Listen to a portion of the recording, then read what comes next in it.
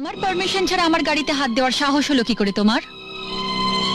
আপনাকে আসতে দেখে ভাবলাম যে আপনি মধুদার কথা জিজ্ঞেস করবেন।